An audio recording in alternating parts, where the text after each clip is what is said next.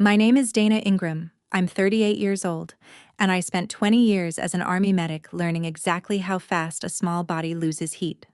So when my neighbor's number lit up my phone at 11:40 on a storm warning night, and I heard my 8-year-old daughter's teeth chattering through the speaker, my parents' farmhouse locked up tight behind her, some switch flipped in me that has never flipped back.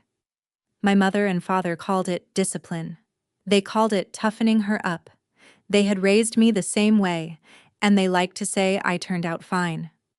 What my father said to me on that porch, with my daughter's wet shoes still sitting on a neighbor's doormat, was ugly. What he and my mother did 3 weeks later in front of a judge was worse.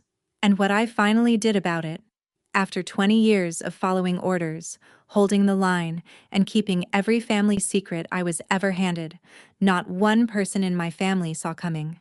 Welcome back to Calm Drama Stories, where quiet people finally stop being quiet, and families learn that love without safety isn't love at all. If stories about mothers who draw the line speak to you, you're in the right place. Drop a comment below, tell me where you're listening from, and be sure to subscribe, because this one doesn't end the way my parents thought it would. That night, I was 2.5 hours away in Columbus, sitting in a hotel conference room with 40 other veterans, learning how to translate 20 years of service into a civilian resume. The workshop ran late. The weather alert started around 9. Severe thunderstorm warning for 3 counties, including Deacon County, where my parents' farm sits, and where my daughter Ellie was spending her scheduled weekend. I checked the radar app the way I checked everything. Habit. The cell over Cedar Run glowed dark red. At 11:40, my phone buzzed with a number I'd made Ellie memorize before her first overnight. Arlene Purdy, the widow who lives directly across the road from my parents' place. I stepped into the hallway and answered. "Dana, honey, I've got her," Arlene said. "She's safe. She's here." Behind her voice, I heard my daughter crying, and under the crying, I heard the thing my training wouldn't let me unhear. The fast, clicking rhythm of a child shivering hard. "How long was she outside?" I said. Not hello. Not what happened. Arlene paused. "Long enough. You come now." I was in the parking lot before she finished the sentence. 20 years in the Army teaches you a very specific kind of calm. Your hands do the checklist while your chest does the screaming. Blankets in the trunk, water bottle in the console, route pulled up, urgent care hours checked at a red light. I drove 2.5 hours through sideways rain with my wipers on high, and somewhere around the county line, I noticed the detail I have never been able to put down. My phone showed no missed calls. Not one. My parents had my number. Their granddaughter was out in that storm. Neither of them ever dialed it. To make sense of that night, you need the 8 years before it. I enlisted at 18, 2 weeks out of high school, and I gave the Army 20 years.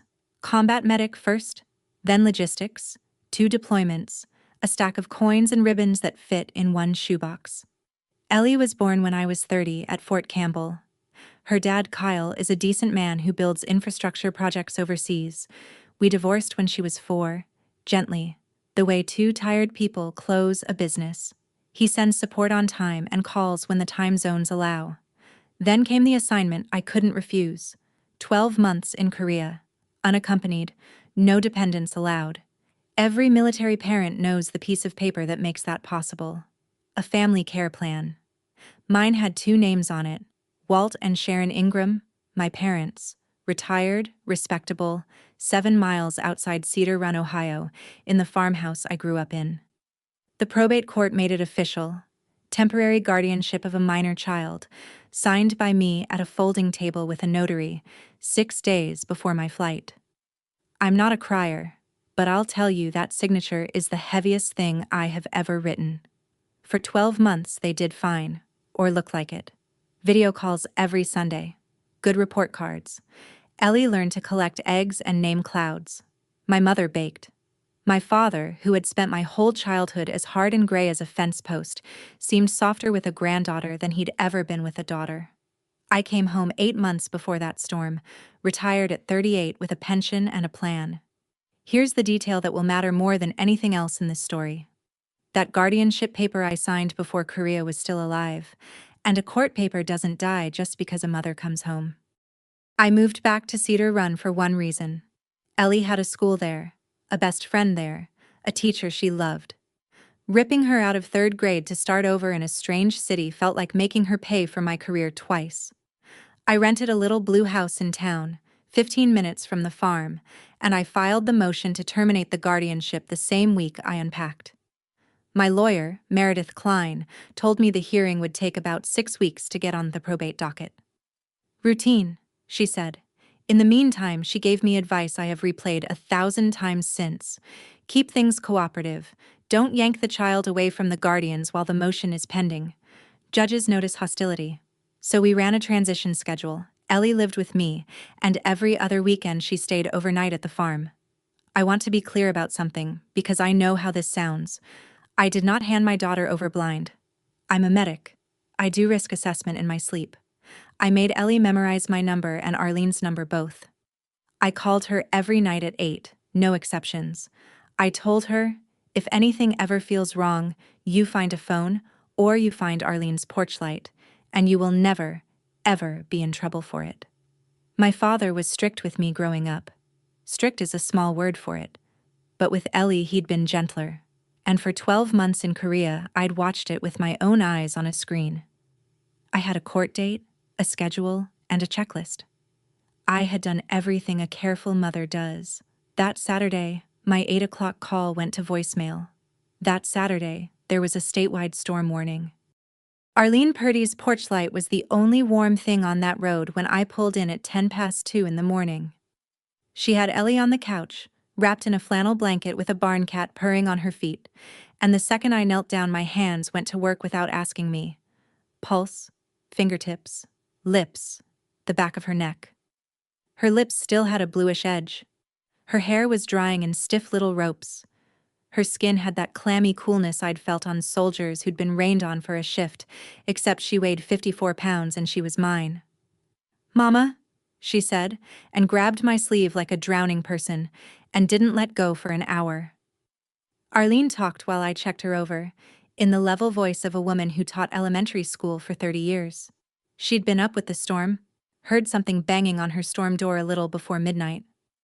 Opened it to find my daughter on the welcome mat, soaked through, a lightning strike having split a limb off the walnut tree across the road. Ellie had waited on my parents' back porch, locked out, told to stand there until she could act her age. For the better part of 40 minutes before the sky broke something loose in her and she ran, 200 yards through the mud, toward the one light she could see. On the doormat by the front door, where Arlene had eased them off her, sat her purple sneakers. The lucky pair she keeps by the farm's back door for chores. So caked in mud they looked poured from clay.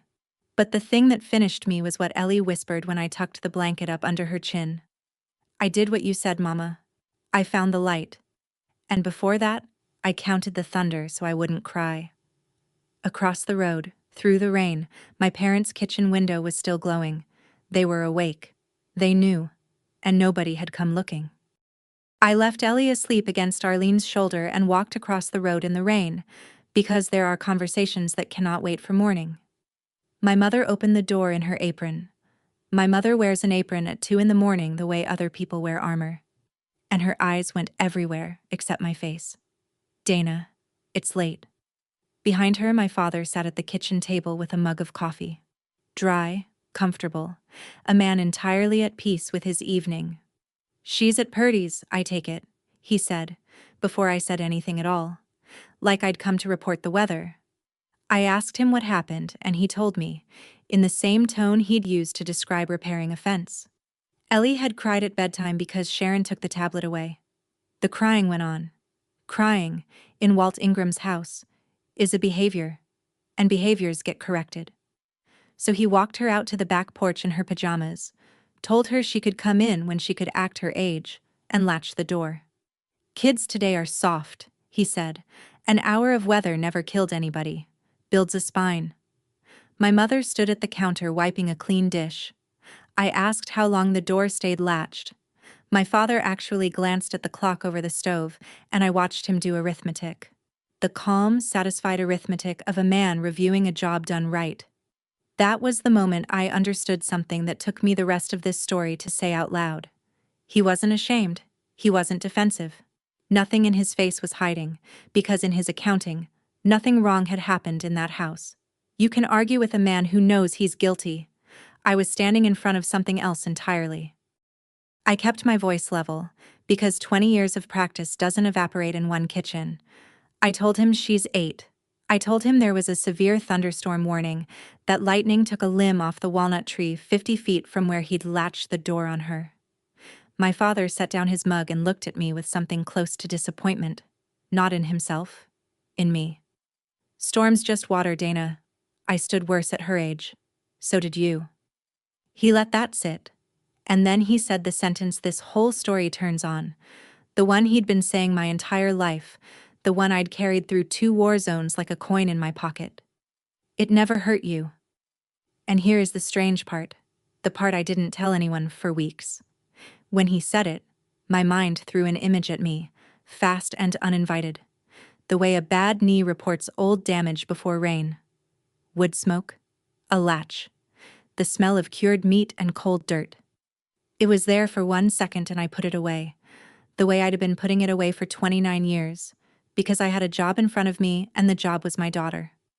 I picked up Ellie's overnight bag from the mudroom, the one my mother had already packed and set by the door. Packed, mind you, before I ever arrived.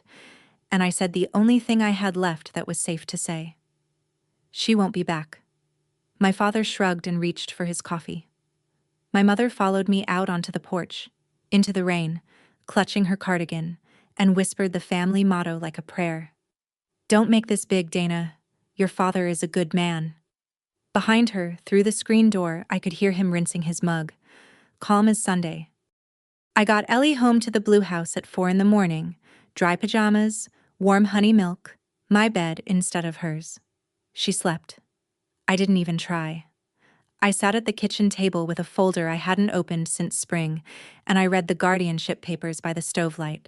Twice, the way you read an enemy position. There it was, in the clean language courts use for messy things. Walter and Sharon Ingram, guardians of the person of a minor child. Still in force, termination hearing in 3 weeks. I texted Meredith Klein at 4:30, not expecting an answer, and got one in 4 minutes, because good lawyers apparently don't sleep either. Her reply put ice in my stomach. Until a judge signs otherwise, they are the legal guardians. Keep her with you. Document everything, but understand, technically tonight, they could demand her back, and we'd be the ones out of compliance. I sat with that. The 2 people who had latched a door against my shivering daughter held more paper on her than I did. I'd signed it to serve my country, and now it hung over my kitchen table like weather. The Army teaches you that whoever controls the paperwork controls the battlefield, and for one long night, the paperwork was theirs. Around 6, I watched the storm drag its tail east and made coffee and a decision with it. There is a version of this story where I waited 3 weeks, kept it quiet, and let the hearing sort it out politely. Cedar Run would have liked that version. Instead, when the urgent care opened at 8, my daughter and I were the first ones through the door. And what I did next, this town still talks about. The urgent care in Cedar Run shares a parking lot with the feed store, which tells you most of what you need to know about our town. The doctor on duty was young and thorough. She checked Ellie head to toe, listened to her lungs, and wrote it all down in that flat clinical English that will never capture a night like ours. Prolonged cold and rain exposure, approximately 40 minutes, presenting with resolved shivering, no hypothermia admission required, emotional distress noted. Ellie, who answers adults honestly because I raised her that way, told the nurse everything without knowing she was telling anybody anything. Grandpa said the rain would make me quit crying, she said, swinging her feet off the exam table. It didn't work. I just got quiet. The nurse's pen stopped. Her eyes came up and found mine over my daughter's head, and we had one of those silent conversations women have been having forever. Out in the hallway, there's a poster I must have walked past a dozen times that year without reading. Mandated reporters, it says. Certain professionals are required by law to report suspected abuse or neglect. The nurse was one. The doctor was one. Standing in that hallway, I understood the machinery was probably going to start whether I touched it or not, and I had a choice about what kind of mother I was going to be inside that machinery. I could be the one it dragged along, or I could be the one who walked in the front door on her own 2 feet. I asked the receptionist if I could borrow a chair in a quiet corner. Then I took out my phone, looked up the number for Deacon County Children's Services, and dialed it myself.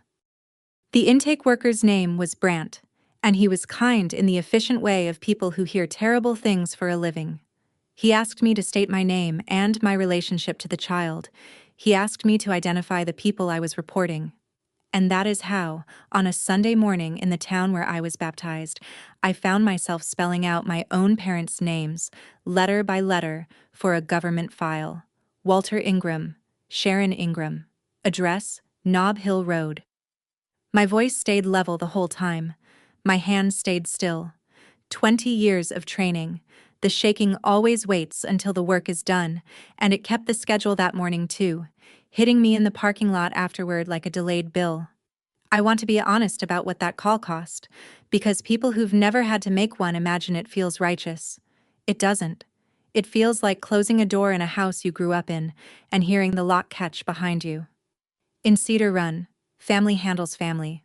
You don't call the county on your own blood. Not for drinking, not for bruises, not for anything. I knew the rule. I'd been raised marinating in the rule.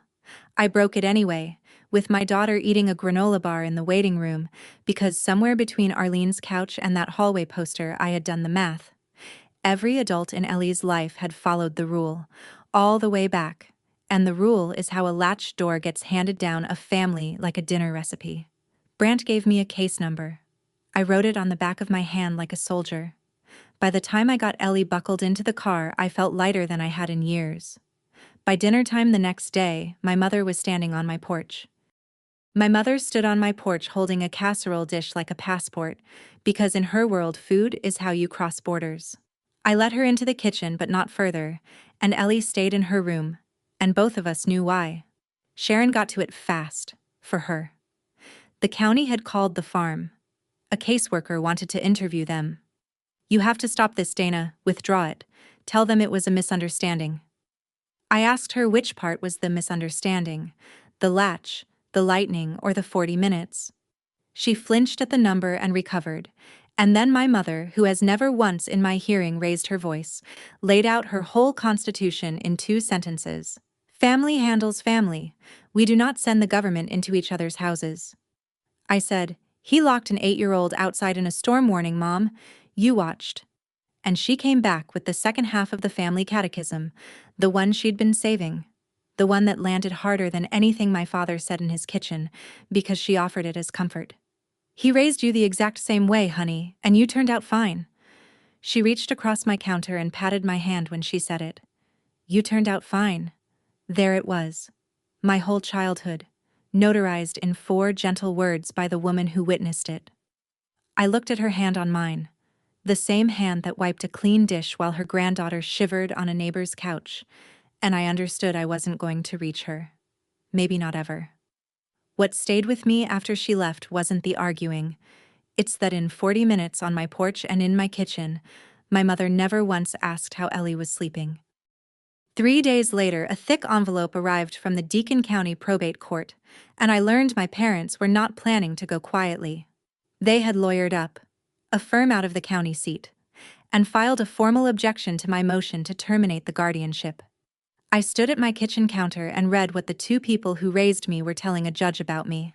That I had voluntarily absented myself from my child's life for a year. That the child was thriving in their stable, established home. That the mother's living situation was recent and unproven, her civilian employment not yet secured. That the mother had a documented history of mental health treatment. Page 4 had a line that stopped my breathing for a second, neat as a bayonet. They requested the court-ordered disclosure of my counseling records from the VA, my therapy. The thing I had done right. The thing the Army spent 20 years teaching us to finally stop hiding, dressed up in a pleading as evidence I was unfit. Let me pause here, one mother to whoever's listening. If you have ever had to choose between keeping the peace and keeping a child safe, I'd truly like to hear which one you chose and what it cost you. Leave it in the comments, because I read them, and somebody out there is at their own kitchen counter tonight, holding their own envelope. And stay with me, because my parents' next move was aimed at the one thing I had left that they could still reach. And the lawyer I was about to sit across from was going to say the words no soldier ever wants to hear. This fight might not be winnable clean. Meredith Klein's office smells like coffee and paper, and she doesn't sugarcoat, which is why I hired her. She spread the objection across her desk like a map of bad terrain. Here's their theory, she said. Absent mother, damaged veteran, unstable transition. They don't have to prove you're a monster. They just have to make a judge hesitate. I asked how a year of orders I couldn't refuse becomes abandonment. She looked at me over her glasses. Because you're the mother. If you were a father home from deployment, you'd get a parade. Mothers get a question mark. It's not fair. It's not written down anywhere. And I watch it walk into courtrooms every year. And the counseling records? I'd done 6 months at the VA Vet Center after retirement, standard readjustment work, the thing every command and every poster begs soldiers to do. Klein said they'd request the file and paint whatever was in it in the worst light. We can fight the disclosure. Privilege is on our side. But understand what they're doing, Dana. They aren't attacking your weaknesses. They're attacking your strengths, your service, your discipline, your honesty about getting help. They're going to hold every one of them upside down. I thought about my father at my retirement ceremony 8 months earlier, shaking my colonel's hand, telling anyone who'd listen that the Army was the best thing that ever happened to me. Now the word PTSD sat in his court filing with my name stapled to it. There's a specific taste to that kind of betrayal, and I won't pretend I've fully spit it out.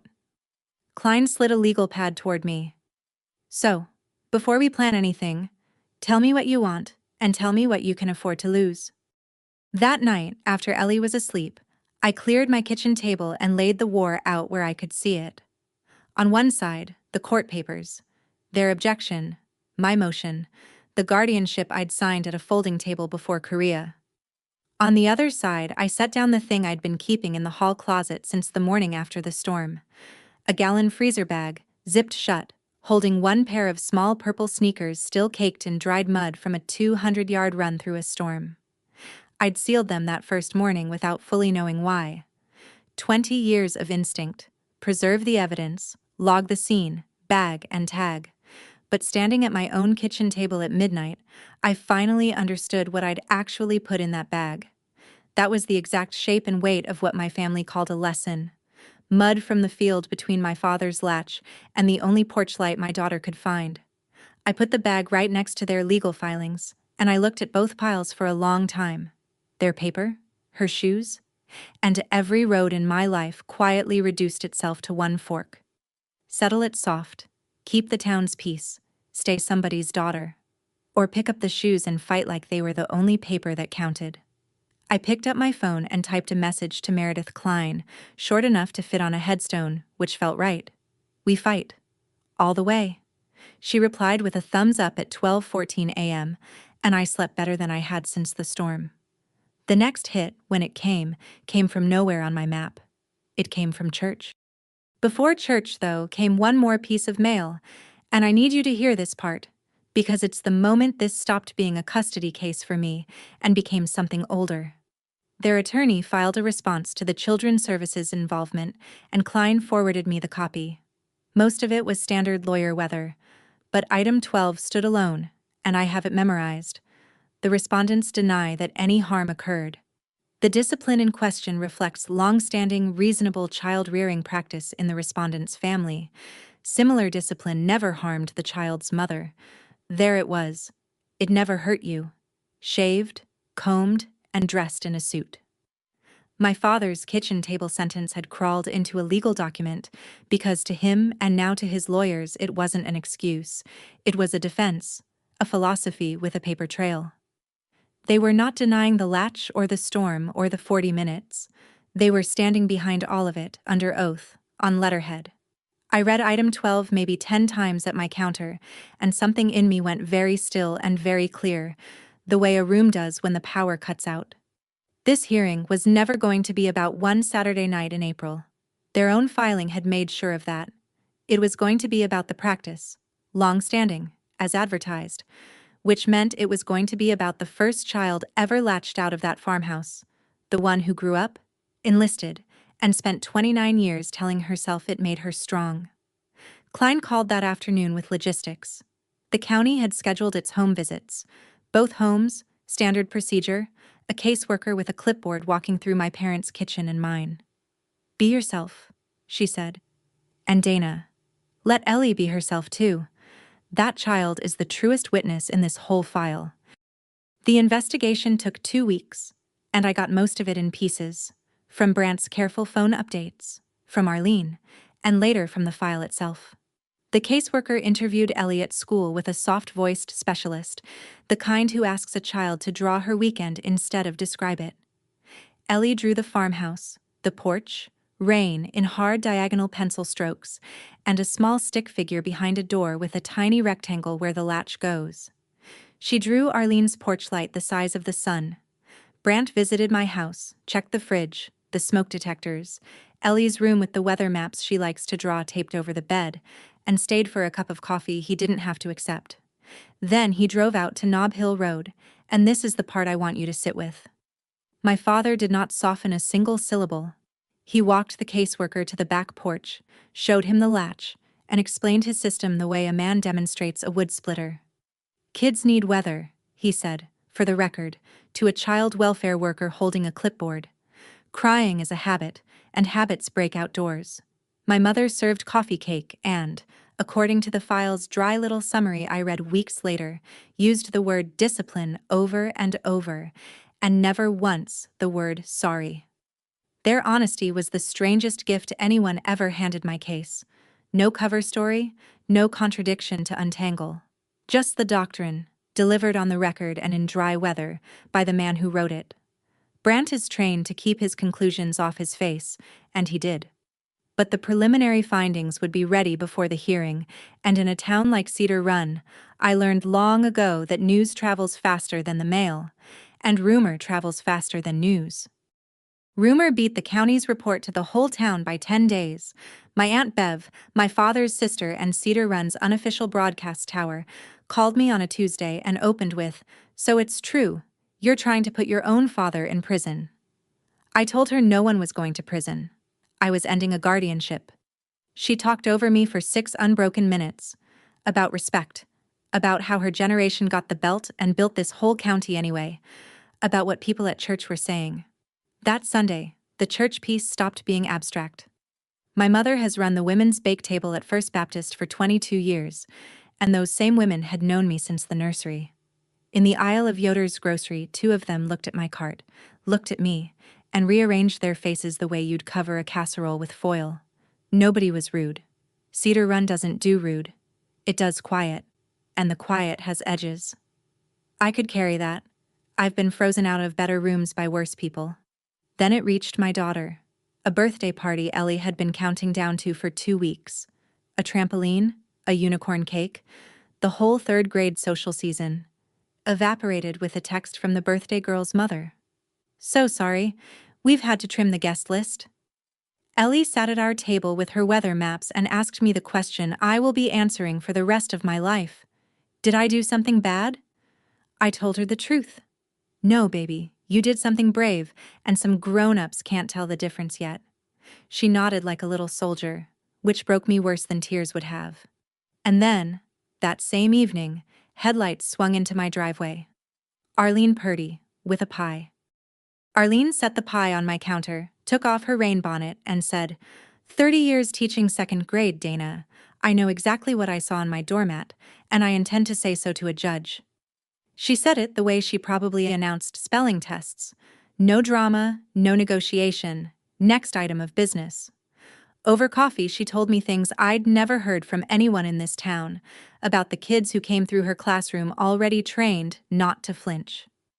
"Everybody praises those children for being tough," she said, stirring her cup slowly. "I watch the lights go out of them one recess at a time. Tough is what we call it, so we don't have to call it anything else." I wrote that down that night, word for word. because some sentences deserve preserving. Those weeks gave us other small mercies too. I found Ellie a children's counselor 2 towns over, a gentle woman with a sand tray, and my daughter took to her fast.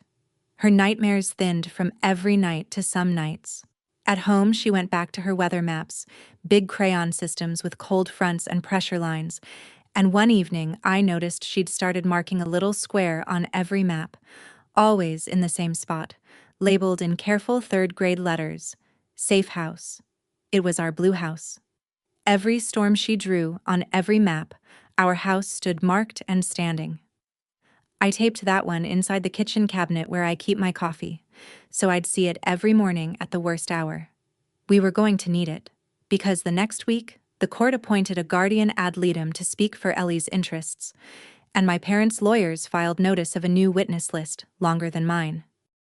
The guardian ad litem's name was Tom Reyes, a rumpled, watchful man whose entire job was to be Ellie's voice in a room full of adults with lawyers. He interviewed me at the Blue House for 2 hours, then spent an afternoon at the farm, then met with Ellie twice, once with the sand tray at her counselor's office. He was unreadable in a way I respected and hated at the same time. After his second visit with my daughter, he stood on my porch, putting on his coat, and asked her one last question through the screen door. I only caught the shape of it, something about where she feels safest, and whatever she answered, he wrote it in his little notebook, nodded once, and drove off with the recommendation that would carry more weight with the magistrate than anything I could say. Meanwhile, Klein began preparing me for cross-examination, and those evenings in her office were their own kind of combat training. She played opposing counsel, and she did not play nice. "When were you last in a combat zone, Ms. Ingram? Do you take anything to sleep? You missed your daughter's 7th birthday, didn't you? Where were you exactly? Describe your nightmares for the court." I sat in the chair and took it, round after round, and somewhere in round 3 I recognized the feeling from the worst days of my service. The battlefield was my own file. Every scar I'd earned honestly was an exhibit now. Every wise thing I'd done, the counseling, the careful transition schedule, the phone call to the county, could be flipped and held upside down. "Good," Klein said finally, closing her legal pad. "You don't rattle. Now go home and sleep, because tomorrow the other side wants to meet. All of us. One room, a mediator, one honest try at ending this without a trial." The mediation room at the county building had a long table, bad coffee, and a box of tissues nobody touched. My parents sat across from me with their lawyer. I sat with Klein. A retired judge named Whitfield sat at the end and tried to build a bridge out of air. It went the way you'd expect for an hour. Positions, terms, careful lawyer sentences, until Whitfield asked my father, almost gently, whether he could understand why that night in the storm frightened people. And my father, instead of answering, went somewhere else. "I was 9, he said in a voice I had never heard him use, and my old man took me out on Miller Pond in January to check the ice fishing lines. Ice let go under me. I went into my chest." He looked at his hands on the table, and his hands— I want this on the record. His hands were shaking. He stood on the bank and watched me climb out myself. Then he walked home ahead of me, and I followed his boot prints 2 miles, froze half solid, and nobody carried me. Nobody ever carried me anywhere. For one long second the room held something almost holy, and I saw him, a boy on a frozen bank, 60 years back, waiting for a hand that never came down. I know that boy. I've been that boy.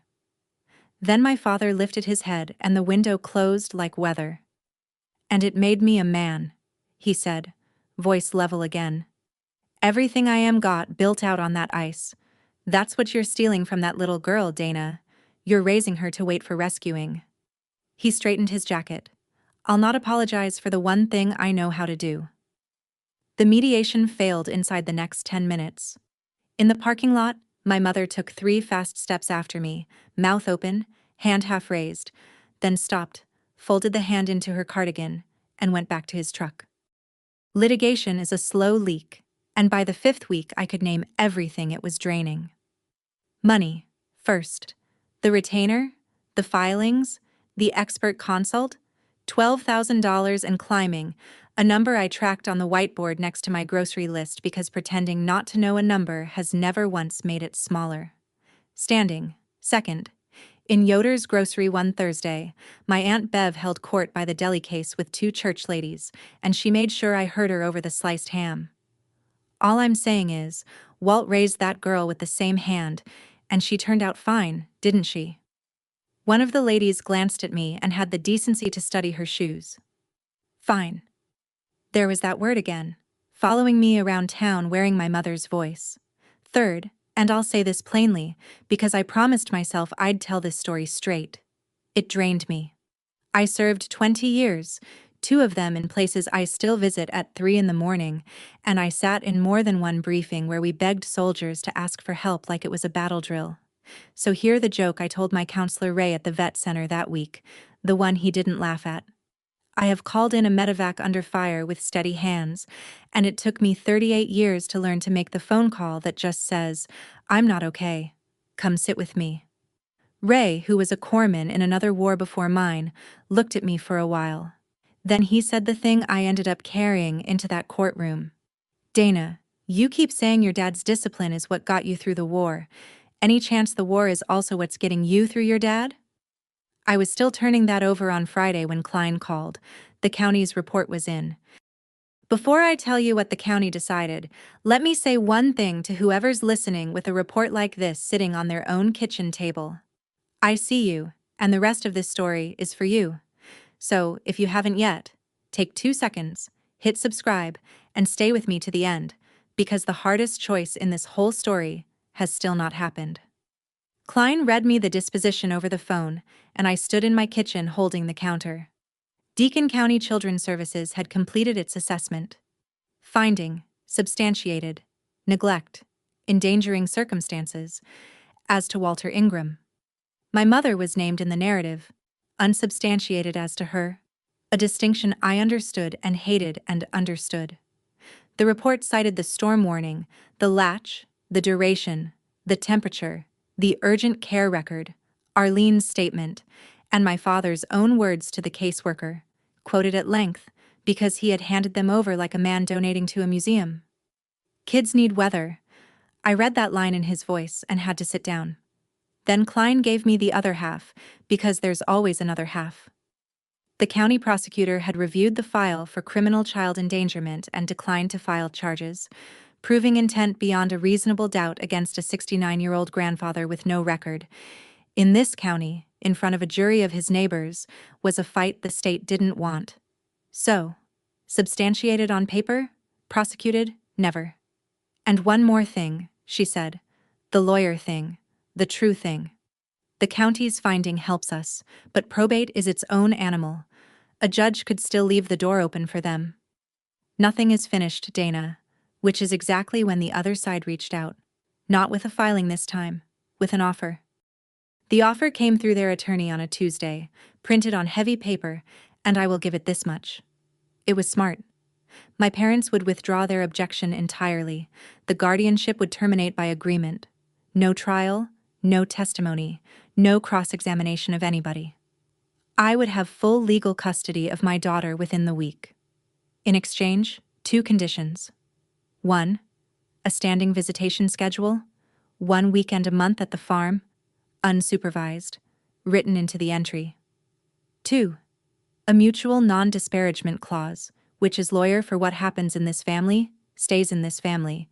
No one repeats the county's findings, no one testifies about anyone, the file closes and the town moves on. Klein laid it on her desk and, for the first time since I'd hired her, leaned back and told me to think hard about taking it. I don't say this often. Trials are dice, Dana. I don't care how good our facts are. You're a single veteran mother with a counseling file in front of a small county magistrate against 2 pillars of the local church. This paper is certainty. Certainty. Next week. Forever. As your lawyer, I am telling you it's a good deal.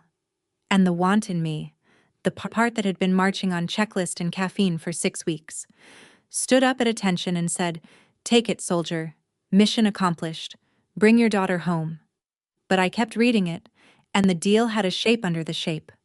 One weekend a month, my daughter would sleep behind that latch again, with a court's blessing this time, and I would sign away my voice on the way out the door. The silence I grew up marinating in, family handles family, typed up, notarized, and made binding on the next generation. I told Klein I'd answer by the deadline.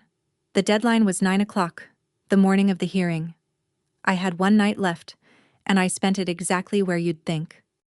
I spent it on the edge of my daughter's bed. Ellie was half asleep under her quilt, her newest weather map taped to the headboard. Our blue house marked "Safe House" in the corner in careful capitals. I was memorizing her face the way you do before a mission when she surfaced and looked at me with those steady 8-year-old eyes. "Mom, do I have to go back to Grandpa's farm?" I gave her the honest answer, which was that a judge was going to help us decide, and that whatever happened, I would be there. She was quiet for a while, working something out, and then my daughter, 8 years old, 54 pounds, the bravest soul I have ever shared a foxhole of a house with, patted my hand exactly the way my mother pats hands and said, "It's okay, Mom. If there's a storm again, I'll just count the thunder so I don't cry." She said it to comfort me. Hear that? She had already packed the lesson into her little rucksack, already folded it neat. When they lock you out, you don't get rescued, you get quiet. 1 generation. That's all it took. 1 weekend schedule and 1 latch, and the doctrine had already crossed into her. The way it crossed into me in a smokehouse I hadn't let myself think about in 29 years, wood smoke and cured meat and cold dirt. A 9-year-old counting thunder in the dark and deciding, with a child's terrible clarity, that crying was a defect and she would fix it herself. I sat with my sleeping daughter until midnight, and then I went to the kitchen, picked up the freezer bag with the purple sneakers, held it in my lap like a folded flag, and typed the message to Klein that ended one version of my life and started another. No deal. Put me on the stand. In the morning, I wore the suit from my retirement ceremony. The Deacon County Probate Court sits on the 2nd floor of a limestone building older than anyone's grievances, and the courtroom itself is small. Oak benches, a ceiling fan that ticks, an Ohio flag gone soft with age. Small matters in a room like that. Every breath is public. My parents were already seated when I came in, my father in his funeral and wedding suit, my mother in church blue, and behind them Aunt Bev, arms crossed like a fence. Arlene sat on my side in her good coat, spine straight, a 2nd-grade teacher waiting out an assembly. Tom Reyes had his notebook. The caseworker file sat on the clerk's cart with everything in it. Their attorney intercepted us in the aisle, one last copy of the agreement in hand, and made his pitch quietly, reasonably, the way good lawyers sell certainty. "Sign now, we all go home, the family heals in private." I looked past his shoulder while he talked. My mother was watching me with her hands knotted at her chest, and she mouthed a single word at me across that courtroom. "Please." I took the paper from him. I laid it on the rail, and across the signature block I wrote the word "declined" in block capitals, dated it like a soldier dates everything, and handed it back. My mother closed her eyes. My father never turned around. I watched the back of his neck take the news and settle, almost satisfied, because a fight was a language he respected. Magistrate Hollis took the bench at 9 sharp, a gray, precise woman with reading glasses on a chain, and called the matter of the guardianship of Ellie Grace Ingram, minor child. Their side stood. "Your Honor, the objectors call Walter Ingram." My father buttoned his jacket, walked to the stand, and put his hand on the Bible like a man who had been waiting his whole life to be asked. I will say this about my father. He did not lie up there. He sat straight, spoke slow, and laid his life's philosophy on the record with the pride of a mason showing his wall. Yes, he'd put the child out on the porch. Yes, he'd latched the door. He described it as a standard correction, a method with a track record. And when his lawyer asked about the storm, he said what he'd said in his kitchen: "Storm's just water." And 2 heads in the gallery actually nodded. I watched Magistrate Hollis write something down. Then his attorney turned him toward me, and the real strategy stood up and showed itself. Wasn't it true that his daughter had been absent from the child's life for a full year? That the child had thrived at the farm? School records? Church attendance? A vegetable garden? That the mother's household was barely 8 months old, her civilian job not yet started, her own treatment records. And here the lawyer paused, letting the word treatment ring. Sealed from this court's view? And then my father did the thing I knew was coming and still wasn't ready for. He pointed at me. Not rudely, proudly. Look at her, he told the courtroom. 20 years, United States Army, steady as a post. You think that grew in soft soil? I built that. My father built me, and I built her. And all I was doing was building the little one, same as I was built.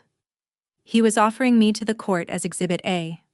My service, my steadiness, my whole survived life, entered into evidence as proof the latch works. The doctrine had found its perfect closing argument, and the argument was my face. Klein leaned into my ear as his testimony wound down and gave me the exit one final time. Last chance, Dana. We can rest on the county's file. You don't have to take the stand. Your records stay sealed. The magistrate shuffled papers. Their lawyer said, "Nothing further." And I stood up. Here is the thing nobody in that courtroom knew, not even Klein, because I had only fully decided it somewhere between the aisle and my feet. I was done letting silence be the family's load-bearing wall. "Your Honor," I said, "I'd like to testify. And before I do, so no one wonders what I'm hiding, I waive privilege on my counseling records, the vet center file, all of it. The court can read every page." The room did that small-town thing where nobody moves and everything shifts. My mother's chair creaked. Their attorney came halfway out of his seat, scenting either gift or trap and unable to tell which.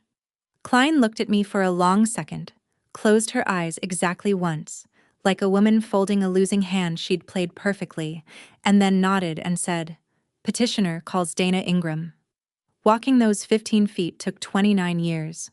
I put my hand on the same Bible my father had used, sat down, adjusted the microphone the way I'd adjusted 100 radios, and found my daughter's freezer-bagged sneakers in my mind and set them on the rail where I could see them.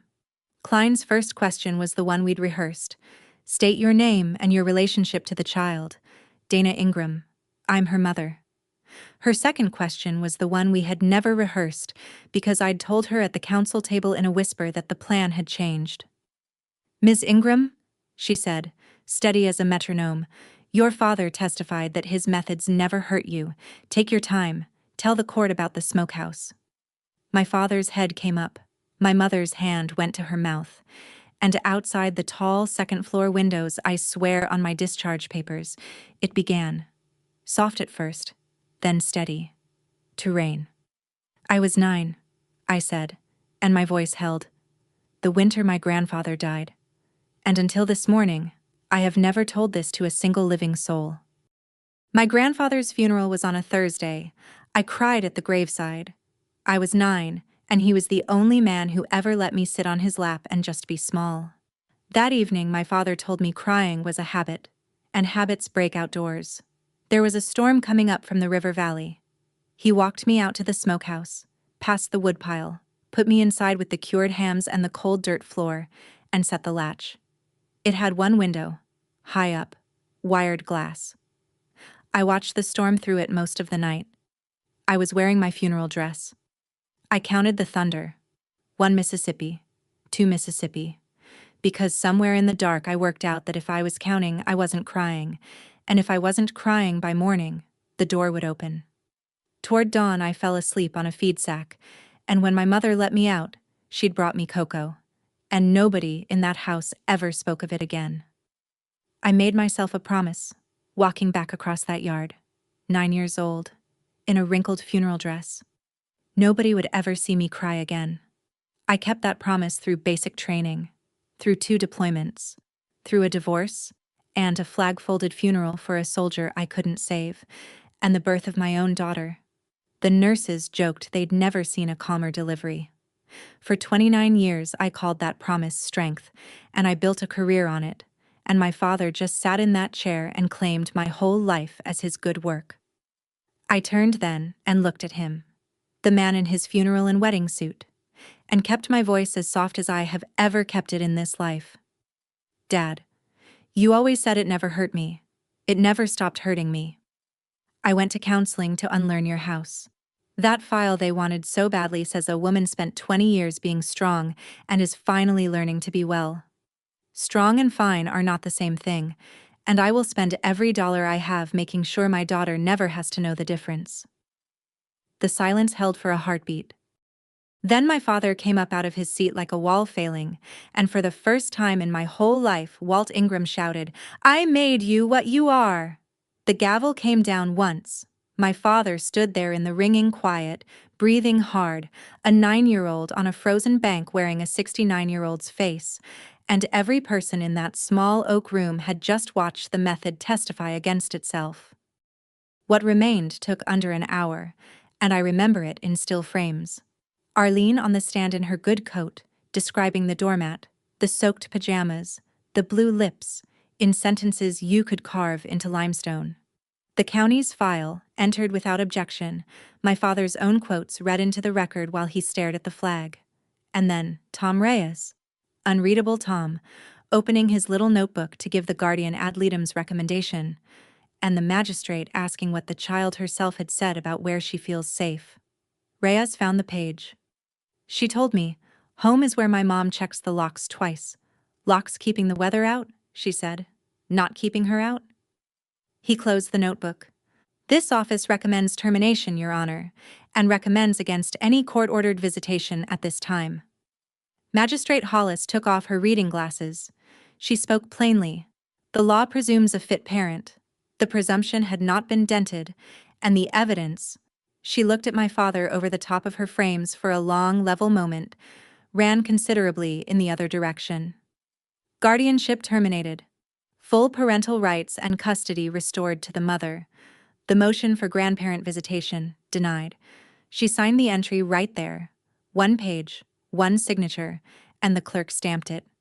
And that stamp, that little mechanical thunk, was the whole war ending. I want to tell you, winning felt like fireworks. It felt like a field going quiet. My mother walked past me in the aisle with her purse held in both hands like something rescued from a fire, and did not look at me, and I understood I had just heard her voice for the last time in a courtroom or maybe anywhere. My father stopped at the door and he did look. A long look, no shout left in it, and in his eyes I finally saw the actual cost of the day, the item no entry can restore. The father I had spent 20 years imagining, the one who was hard because someday he'd tell me it was all for love, that man had never existed. I had the signed page in my hand. Both things were true at once, and I carried them both out into the rain. I won't dress up what came after, because real endings don't tie. My father never apologized.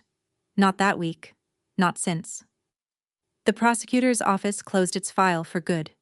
At First Baptist, some pews still go quiet when I walk past, and Aunt Bev still tells her version at the deli case. The doctrine didn't die in that courtroom. It just lost one house. I went full no contact the day the entry was stamped. Numbers blocked. School pickup list rewritten to 2 names, mine and Arlene's.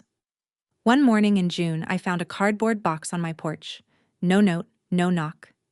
Inside were things from the farm, my old 4-H ribbons, a christening gown, a photograph of me at 7 on my grandfather's lap, my mother's handwriting on the flaps, my mother's tape, my mother's silence. I stood there a long time. Then I kept the photograph, donated the rest, and let the box be what it was. The closest thing to a love letter that house knew how to send. The rebuilding was quieter than the war, the way it always is. Ellie kept her sand tray appointments, and the nightmares faded to visitors instead of tenants. I started the logistics job at the clinic network, civilian hours, home by 5:30. I still see Ray at the vet center every other Thursday, and I'm faster now at the hard call, the one that just says, "Come sit with me." And one Saturday, Ellie and I held a small ceremony in the backyard for a pair of purple sneakers. I finally unzipped the freezer bag. We thanked them for their service. She saluted. I taught her a proper one, for carrying a brave girl 200 yards through the mud to a porch light. Then we retired them, full honors, into the trash bin, and drove to the store, where she picked the new pair herself. Purple again, but louder. Her choice. Everything about that sentence still gets me. Her choice. In late July, a storm came up the valley on a Friday evening, the first big one since April, and I watched my daughter watch the sky. I asked her if she wanted to go inside. She thought about it like the meteorologist she's decided to become, then shook her head and climbed onto the porch swing next to me. So we stayed, two Ingram women under one dry roof, cocoa in July thick air, front door standing wide open behind us with the light on. When the first thunder rolled, Ellie grinned and started counting. 1 Mississippi, 2 Mississippi. Out loud, theatrical, holding up fingers, and I counted with her. And when we lost the count, we just laughed and started over. Counting thunder used to be what the children of that farmhouse did in the dark to keep from crying. Now it's a game my daughter plays on a porch swing with her mother, with the door open, keeping score of how far away the weather is. In this house, a storm is just weather. In this house, nobody stands outside alone. If you take one thing from my story, take this. Being strong carried me through 20